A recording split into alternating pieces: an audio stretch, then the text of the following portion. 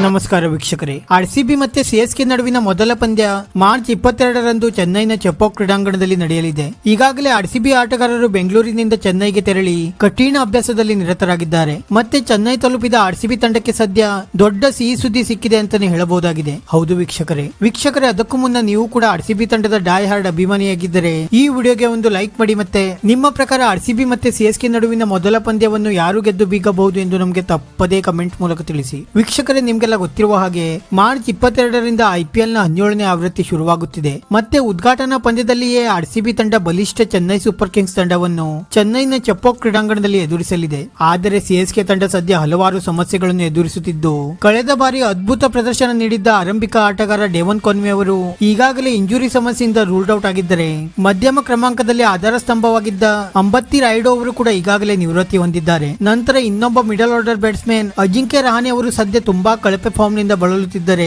ಸ್ಫೋಟಕ ಬ್ಯಾಟ್ಸ್ಮನ್ ಶಿವಮ್ ಡುಬೆ ಅವರು ಕೂಡ ಇಂಜುರಿ ಸಮಸ್ಯೆಯಿಂದ ಬಳಲಿ ಈಗಷ್ಟೇ ಕಂಬ್ಯಾಕ್ ಮಾಡುತ್ತಿದ್ದಾರೆ. ನಂತರ ಫಿನಿಶರ್ ಆಗಿರುವ ಮಹೇಂದ್ರ ಸಿಂಗ್ ಧೋನಿ ಅವರು ಕೂಡ ಕಳೆದ IPL ಬಳಿಕ ಯಾವುದೇ ಕ್ರಿಕೆಟ್ ಆಡದೆ ನೇರವಾಗಿ ಇದೇ ಮೊದಲ ಬಾರಿಗೆ ಆರ್ಸಿಬಿ ವಿರುದ್ಧ ಕಣಕ್ಕಿಳಿಯುತ್ತಿದ್ದಾರೆ. ನಂತರ ಬೌಲಿಂಗ್ ವಿಭಾಗದಲ್ಲಿ ಪ್ರಮುಖ ಬೌಲರ್ ಆಗಿರುವ ಮತೀಶಾ ಪತಿರಾಣ ಅವರು ಕೂಡ ಇಂಜುರಿ ಸಮಸ್ಯೆಯಿಂದ ಬಳಲಿ ಮೊದಲ ಕೆಲ ಪಂದ್ಯಗಳನ್ನು ಮಿಸ್ ಮಾಡಿಕೊಳ್ಳಲಿದ್ದಾರೆ.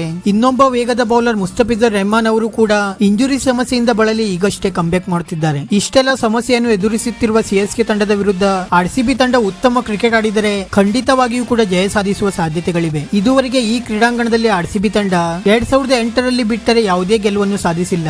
ಆದರೆ ಈ ಬಾರಿ ಇಲ್ಲಿ ಗೆದ್ದು ಬೀಗುವ ಒಂದು ಒಳ್ಳೆಯ ಅವಕಾಶ ಆರ್ಸಿಬಿ ಬಳಿ ಇದ್ದು, ಆರ್ಸಿಬಿ ತಂಡ ಸಿಎಸ್ಕೆ ವಿರುದ್ಧ ಯಾವ ರೀತಿ ಪ್ರದರ್ಶನ ನೀಡುತ್ತದೆ ಎಂದು ಕಾದು ನೋಡಬೇಕಾಗಿದೆ. ವಿಡಿಯೋ ಇಷ್ಟ ಆಗಿದ್ದರೆ ಲೈಕ್ ಮಾಡಿ ಮತ್ತೆ ಚಾನೆಲ್ ಅನ್ನು ಸಬ್ಸ್ಕ್ರೈಬ್ ಮಾಡಲು ಮರೆಯಬೇಡಿ.